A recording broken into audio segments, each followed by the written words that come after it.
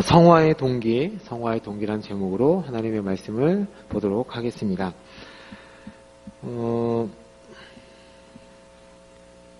네, 우리는 저번 주에 이어서 구원의 확신에 대해서 이제 저희가 보고 있습니다.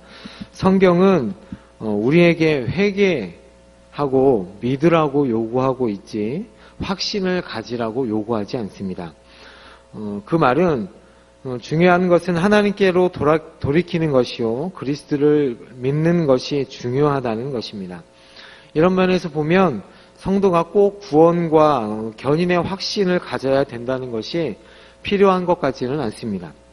그럼에도 불구하고 성경은 그리스도인들은 만족할 만한 구원의 확신, 견인의 확신을 가질 수 있다고 분명히 말씀을 합니다.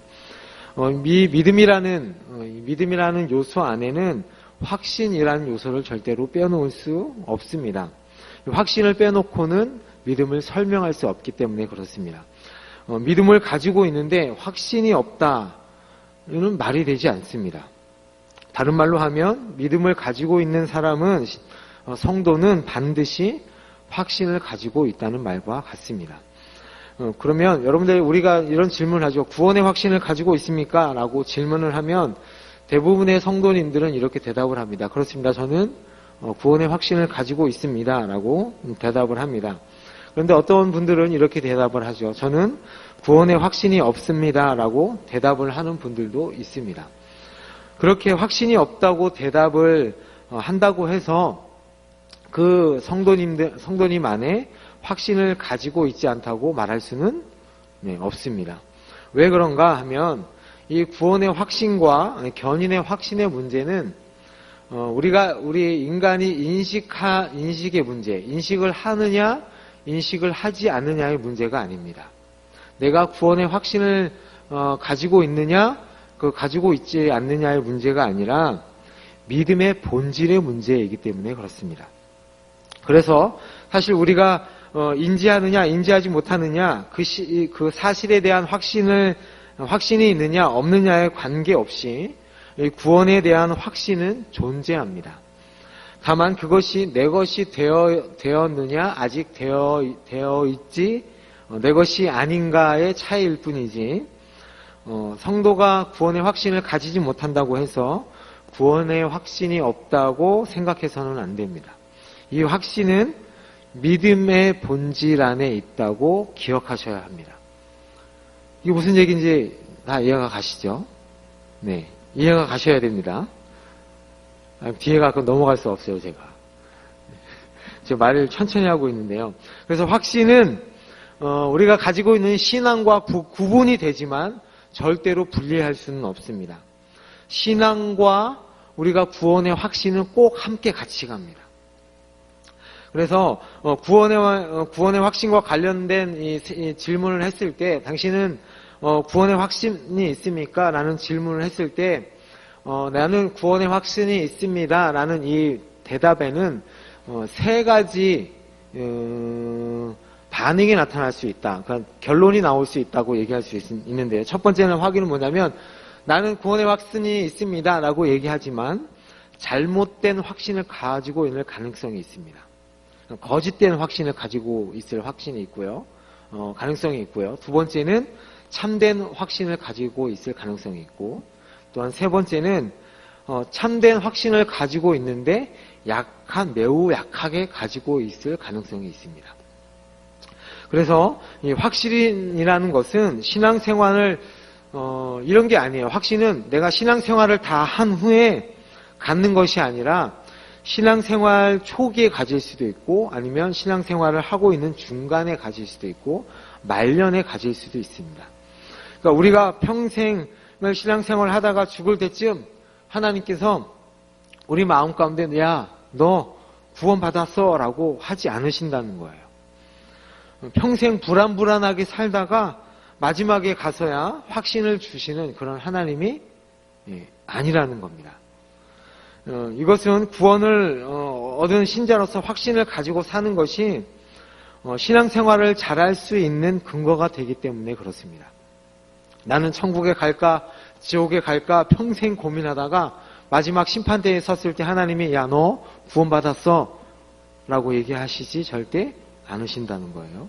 그 얘기는 하나님께서 우리가 신앙생활하는 데 있어서 구원의 확신을 주신다는 얘기죠. 그렇다고 해서 이 구원의 확신이 우리에게 쉽게 얻어지는 것이 아닙니다. 성령 하나님께서 우리 안에서 그 중생의 신비로운 사역을 하실 때 그것을 감지해서 내가 하나님께 구원받았구나 라고 확신을 갖는 사람은 극히 드뭅니다. 그렇죠? 극히 드뭅니다.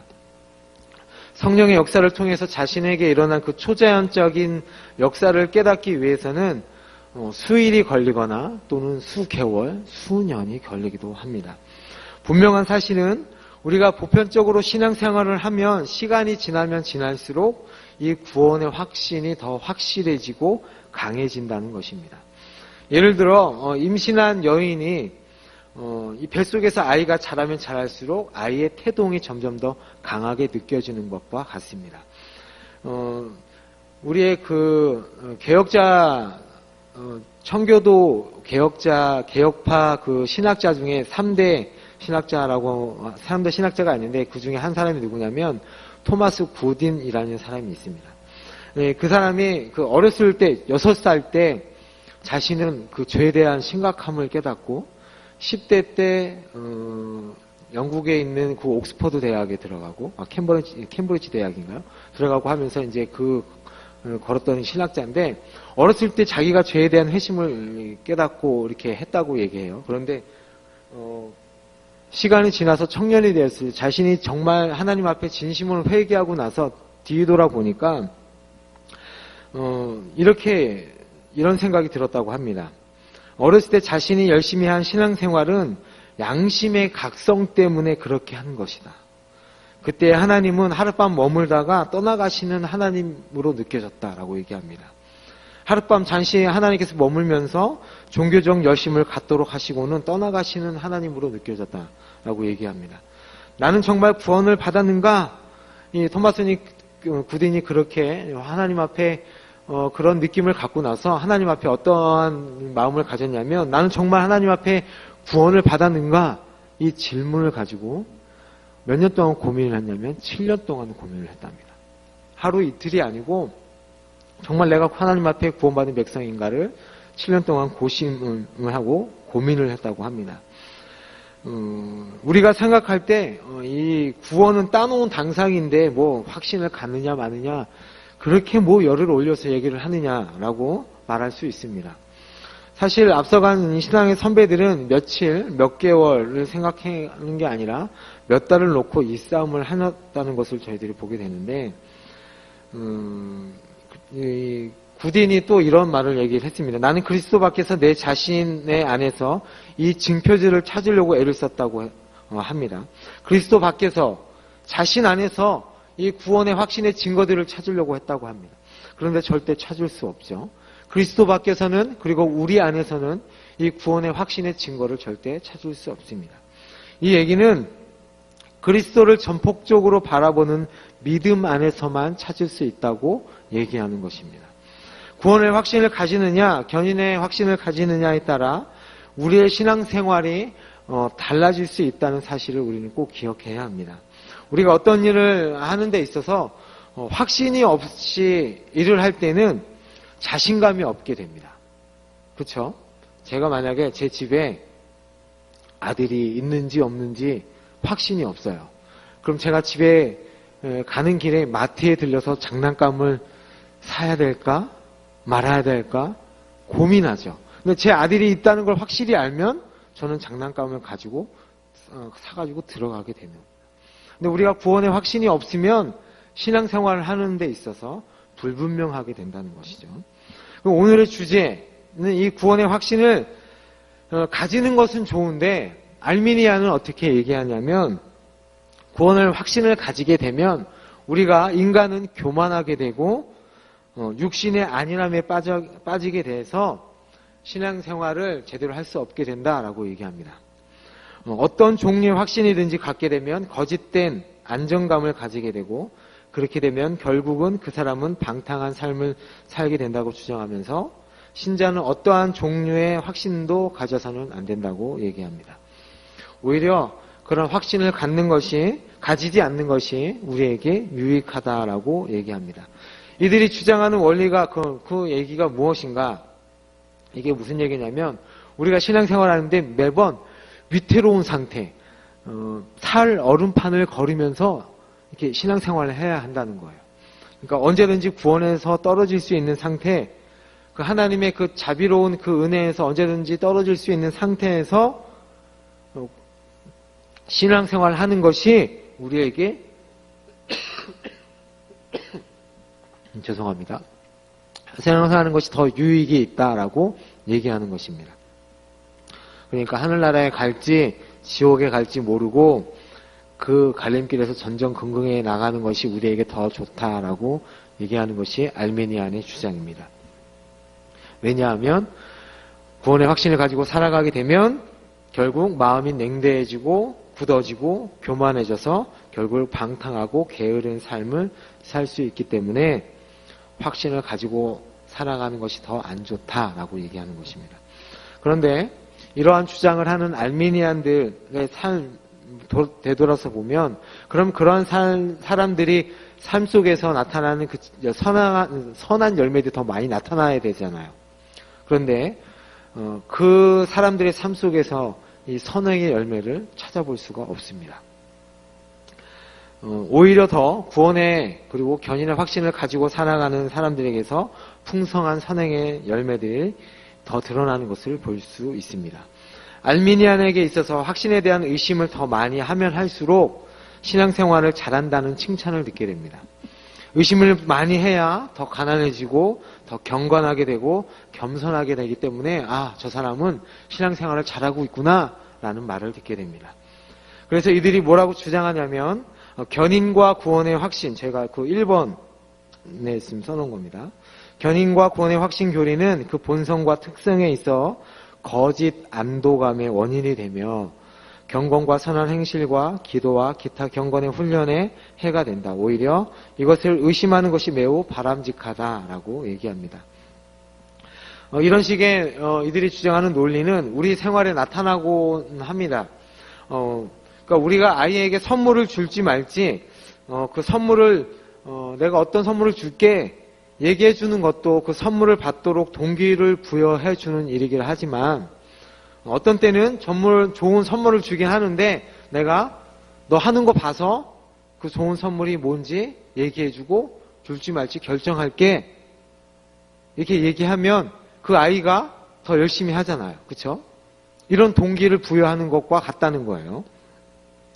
그러나 이처럼 어떤 형태의 구원과 견인의 확신을 가질 수 없다는 것은 신자에게는 되게 어떻게 보면 정말 잔인한 일입니다. 이런 구원의 확신을 가지고 이게 무슨 얘기냐면 우리가 어떤 아이가 태어났어요. 태어났는데 야 내가 너 하는 거 봐서 내 호적에 올릴지 말지 결정할게 얘기하는 것과 같습니다.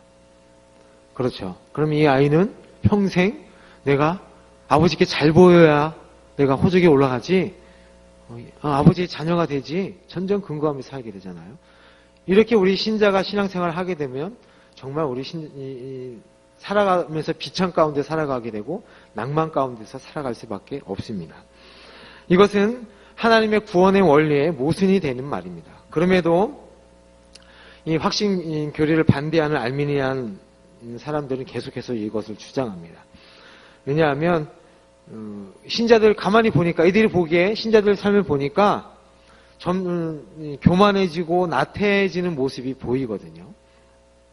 그런 사람들이 보이기 때문에 계속 이런 주장을 하는데 그러면 어떠한 사람들이 그런 모습을 나타내냐면 특별히 콜링 여부에 따라 달려있다고 하는 사람. 제가 저번에 얘기했듯이 영접 기도하면 내가 하나님 앞에 구원받았어. 내가 이런 영접 기도를 했어. 라고 확신을 가지고 얘기하는 사람들한테서 이런 모습이 나타난다는 거예요.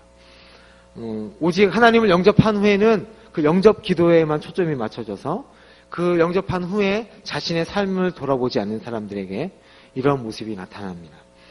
내가 어떻게 살든지 한번 얻은 것은 구원은 끝까지 보장된다고 말하는 것은 솔직히 말하면 자신을 속이는 사람들입니다.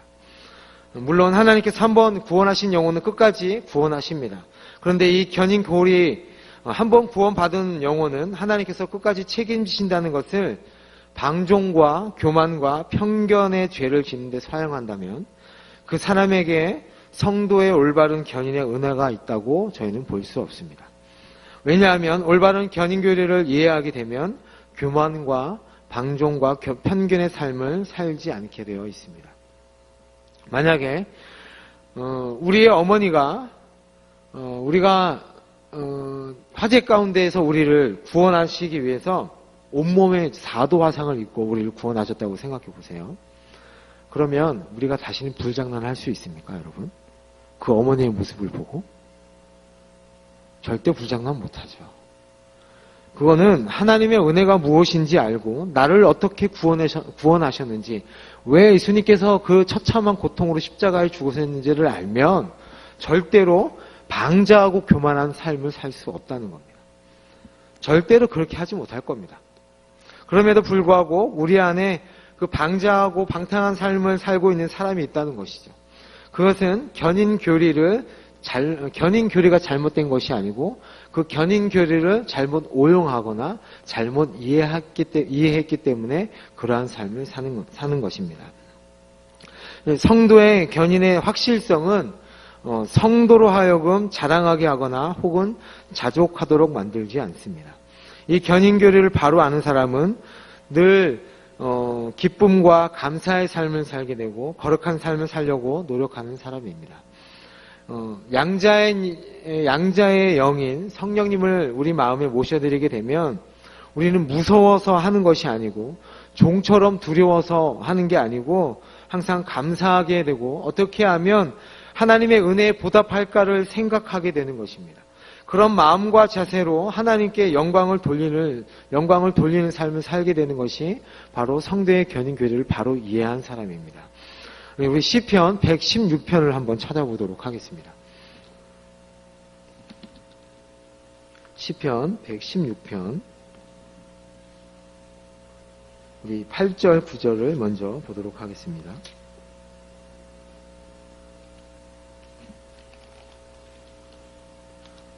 시편 116편 8절 9절입니다. 우리 8절 9절 한번 읽어볼까요? 시작. 주께서 내 영혼을 사망해서 내가 생명이 있는 땅에서 여호와 앞에 행하리로다. 여기 보니까 주께서 나의 영혼을 사망해서 내 눈을 눈물에서 내 발에서 넘어지면서 건지셨나이다. 하나님께서 나를 구원하셨군요. 내 생명이 하나님 앞에 있습니다. 라고 얘기합니다. 그러면서 우리 12절로 한번 가볼까요? 12절에 가면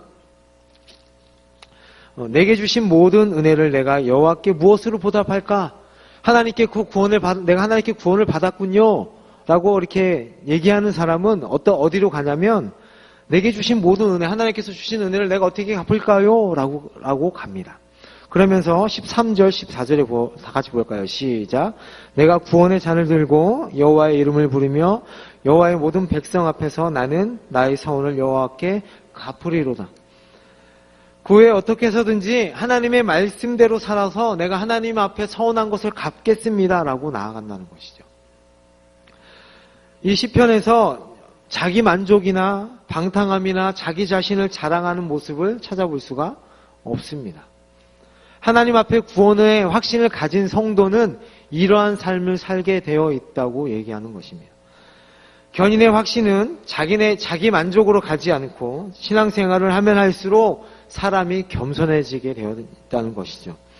이것은 저희가 앞에서 배운 선택 교리에서도 마찬가지입니다. 베드로전서 1장 2절 말씀 볼까요? 앞에 있습니다. 다 같이 볼까요? 시작. 곧 하나님 아버지의 미리 하심을 따라 성령이 거룩하게 하심으로 순종함과 예수 그리스도의 피 얻기 위하여 택하심을 받은 자들에게 편지하노니 은혜와 평강이 너희에게 더욱 많을지어다. 여기 보니까 미리 하심을 따라 그러니까 택하심을 받은 자들은 뒤에 보니까 성령이 거룩하게 하심으로 순종함과 어디로 간다는 거예요? 순종함으로 간다는 거예요. 순종의 결과를 가지는 삶을 살게 되어 있다는 것입니다. 삶의 변화가 없는 곳에는 무조건적인 하나님의 선택도 없다는 것입니다. 무조건적인 선택이라는 것은 한 개인의 삶에 어떠한 변화를 초래하게 됩니다.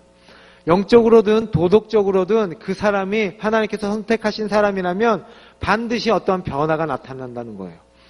그리스도와 연합하여 구원 얻은 사람은 분명히 그 얘기는 거룩한 삶을 살게 되어 있다는 것입니다. 그래서 선택의 은혜는 겸손하게 만들고 하나님을 전적으로 의지하도록 만듭니다. 무조건적인 선택이라는 것이 우리에게 어떠한 선택의 조건에 있어서 택해진 것이 아니라 우리에게 어떠한 우리를 택할 아무런 조건이 없는데도 불구하고 하나님께서 우리를 선택하신 것이기 때문에 우리는 그 하나님의 은혜에 겸손하게 되고 하나님을 의지할 수밖에 없게 된다는 것이죠. 하나님을 믿을 때 뜨거운 감정이 일어나고 회개가 일어난 후에 교회에서 많은 일들을 하고 봉사를 하지만 그의 삶 속에 그리스도를 닮아가는 그 성품의 변화가 또한 선한 열매가 나타나지 않는다고 하면 그가 선택받았다고 말할 수 없습니다. 앞에서 제가 저희가 성도의 견인 선택의 교리 얘기하면서 계속 했던 내용입니다. 선택 교리를 가르치지 말라고 하는 이 알미니안들은 왜 이 교리를 가르치지 말라고 하냐면 계속해서 얘기했듯이 방자하게 되기 때문에 가르치지 말라고 얘기합니다. 그러면 우리의 선택을 어떻게 확인할 수 있나요? 라는 질문이 생깁니다. 그렇죠. 여러분 안에 우리가 선택받은지 어떻게 알 수 있나요? 라는 질문이 생기죠.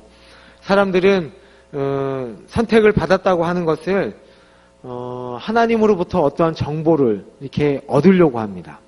그렇죠. 내가 하나님 선택받았나요?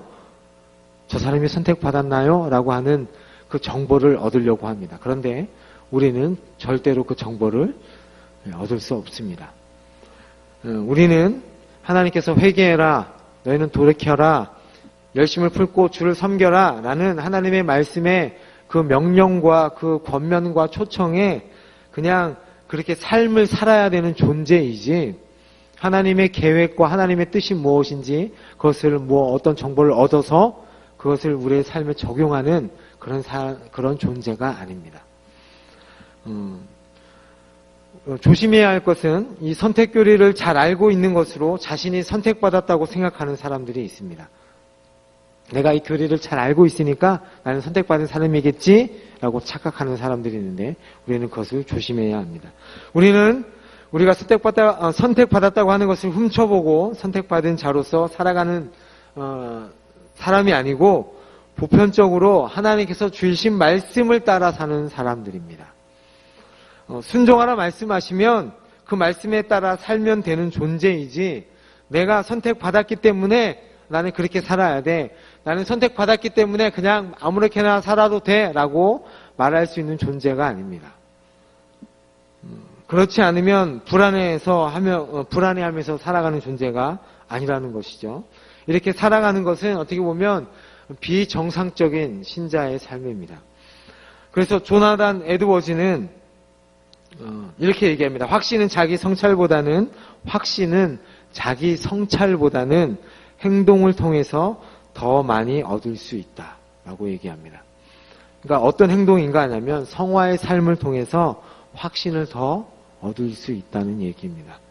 기도 열심히 하고 자기 안을 열심히 들여다봐서 내 안에 통찰을 얻어서 확신을 가지는 게 아니고 우리의 삶을 통해서 구원의 확신을 더 가질 수 있다고 얘기하는 것입니다.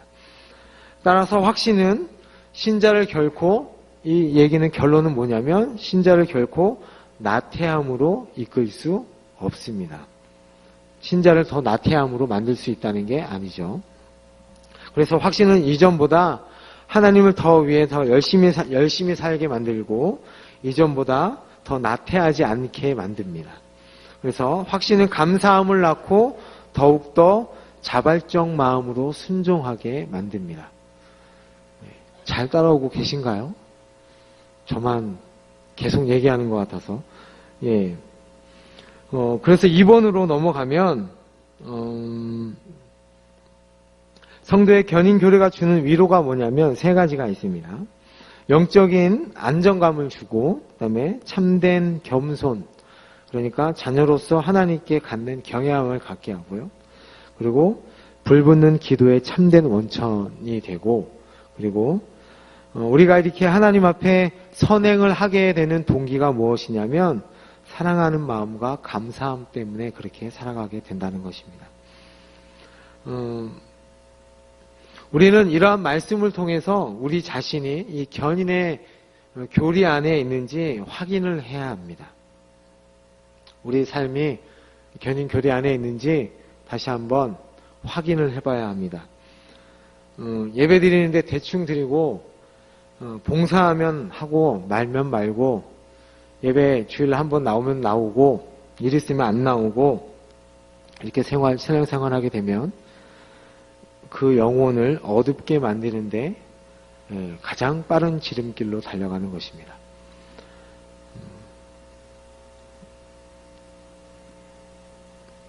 성화를 향한 몸부림을 치면 칠수록 우리가 거룩하게 살아야 되겠다는 몸부림을 치면 칠수록 이 확신은 더욱더 강해집니다. 반대로 이 확신이 떨어지면 신앙생활을 대충 하게 됩니다. 정직하게 우리는 자신에게 물어봐야 합니다. 내가 오늘 죽는다면 천국에 갈 수 있는가? 만일 순종하는 일이 없음에도 불구하고 구원의 확신이 있다면, 내가 하나님 말씀에 순종하는 일이 없음에도 불구하고 내가 천국 갈 수 있지? 라는 확신이 있으면 그것은 거짓 확신입니다. 왜냐하면 진정한 확신은 감사하게 하고 하나님을 경외하게 하고 뜨겁게 기도하게 되고 겸손하게 만들기 때문에 그렇습니다. 나는 됐다, 나의 구원은 변하지 않는다라는 생각을 가지게 해서 죄를 대충 짓게 만드는, 이것을 다른 말로 하면 죄 지면 하나님께서 용서해 주겠지, 용서 받겠지라는 식의 사고를 해서 우리 안에 고의적으로 짓는 죄를 날마다 그냥 밥 먹듯이 짓게 되면, 그런 사람이 우리 안에 있다면 그 사람은 거짓 확신을 가지고 살아가는 사람이 분명합니다.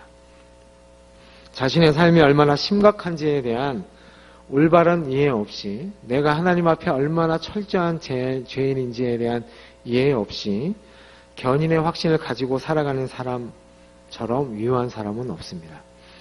신자는 성화되면 성화될수록 열심히 살게 되고 거룩해지려고 노력하게 됩니다.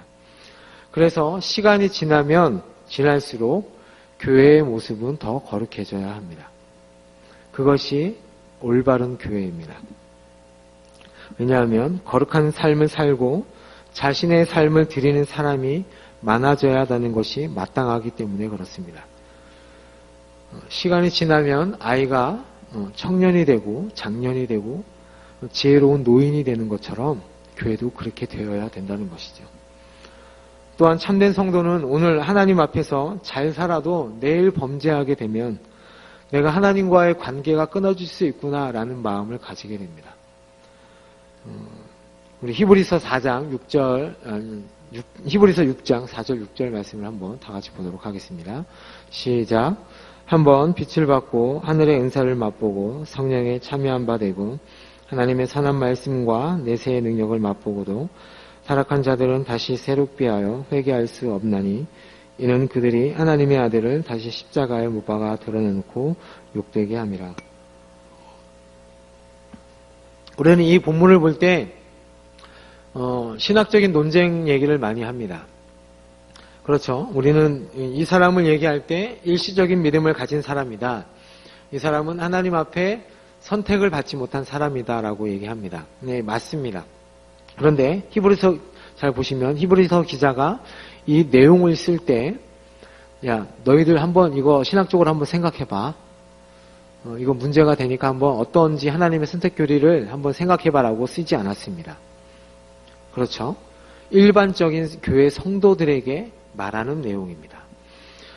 이 얘기는 성도들에게 너희는 이러한 사람들을 보면서 근신하고 깨어 있어서 믿음 생활을 하라고 근신하라고 주시는 말씀이죠. 그렇죠? 경각심을 주기 위해서 하는 말씀이지 신학적인 주제를 가지고 논쟁하라고 주시는 말씀이 아닙니다. 그렇다면 이 말씀이 우리에게 경각심을 주어야 합니다. 우리가 바로 살고 있는지, 하나님 앞에서 경건한 삶을 살고 있는지, 내가 구원받은 자로서 정말 그렇게 살고 있는지를 다시 한번 생각해 봐야 한다는 것입니다. 따라서 하나님이 보시는 앞에서, 하나님 앞에서 코람데오의 삶을 살고 있는지, 하나님이 죄를 바라보시는 그 눈으로 나 자신을 바라보고 살고 있는지를 확인하셔야 합니다. 그렇게 살아가도록 은혜 주시기를 하나님께 간구하면서 하나님을 의지하면서 하루하루 정말 내가 하나님 앞에 거룩한 삶인지 내가 참된 성도인지를 되돌아보셔야 하는 것이 마땅한 신자의 삶입니다. 참된 신자는 하나님의 얼굴을 구하게 되고 동행하게 되고 무엇보다 하나님의 얼굴이 자신에게서 돌아서는 것을 가장 두려워하는 삶을 살게 됩니다. 그거를 여러분 살면서 느끼시지 않나요? 내가 기도 생활 좀 소홀히 하게 되고 말씀대로 살지 않고 그냥 죄 중에 있게 되면 하나님 정말 나와 함께 하시는가? 내가 요새 좀 이상한데 하나님께 다시 돌아가야 되는데 라는 생각을 하시죠. 그것이 정상입니다. 그것이 없다면, 그런 마음과 그런 두려움과 떨림이 없다면 내가 정말 구원의 확신을 가지고 있는지 다시 한번 생각해 보셔야 합니다. 거듭난 신자는 육신적인 기독교인이 절대로 될 수 없습니다. 왜냐하면 거룩하신 성령님께서 우리 안에서 살고 계시기 때문에 우리와 동행하시기 때문에 그냥 우리의 삶이 그냥 종교적인 삶으로 살도록 그렇게 내버려 두시지 않습니다. 그냥 주일날 한번 예배 드리고 기도에 한번 참석하고 기도 그냥 하루에 한번 몇 분 하고 식기도 하고 그렇게 사는 것으로 하나님께서 끝내시지 않습니다. 하나님 안에서 사는 사람은 우리 안에서 성령님이 역사하시는 사람은 피 흘리기까지 죄와 싸우게 되고 하나님을 사랑하고 이웃을 사랑하는 일에 최선을 다하게 되어 있습니다. 그렇게 최선을 다해야 합니다. 그렇게 삶을 살게 되면 그 구원의 확신이 점점 더 강해지게 됩니다. 그리고 견인을 확신하게 되는 것입니다. 늘 자신이 구원을 받았는지 의심하고 신앙생활에 지지부진하고 변화된 삶을 살지 못하는데도 그냥저냥 신앙생활하는 성도님들이 없기를 바랍니다. 그러면 어떻게 해야 할까요? 우리는 어떻게 해야 그런 삶을 살 수 있을까요? 답은 딱 한 가지입니다. 성경이 말씀하시는 그 말씀을 여러분의 삶 속에서 녹여내서 그 말씀이 드러나도록 하셔야 합니다. 그게 우리가 해야 할 일입니다. 그것에 고민하셔야 합니다. 한국교회가 그것에서 실패했습니다. 그래서 이러한 결과가 나타나고 있는 것이고요. 우리 기성세대가, 저를 비롯한 우리 기성세대가 그 말씀을 어떻게 해서든 삶에 녹여내서 다음 세대에 보여줘야 하는데 보여주지 못해서 젊은 세대가 교회를 떠나는 것입니다. 우리가 신앙생활하면서 이런 핑계 대지 않았으면 좋겠습니다. 그런 일들은 선교사님들이나 목회자분들이나 성경에 나오는 믿음의 조상들이나 종교개혁 시대에 나왔던 그 믿음의 선배들이 보였던 것이지 우리하고는 그냥 먼 이야기야. 그런 분들만 그렇게 사는 삶이지 성경은 절대 그렇게 얘기하지 않습니다. 성경은 뭐라고 얘기하냐면 성도는 택함 받은 백성이라면 그렇게 살아야 한다고 말합니다. 하나님을 믿는 참된 성도는 그렇게 사는 것이 마땅하다라고 얘기합니다. 삶을 통하여서 하나님의 말씀을 빚어내는 일에 최선을 다하고 힘쓰는 헌신하시는 여러분들이 되기를 예수님의 이름으로 축복합니다.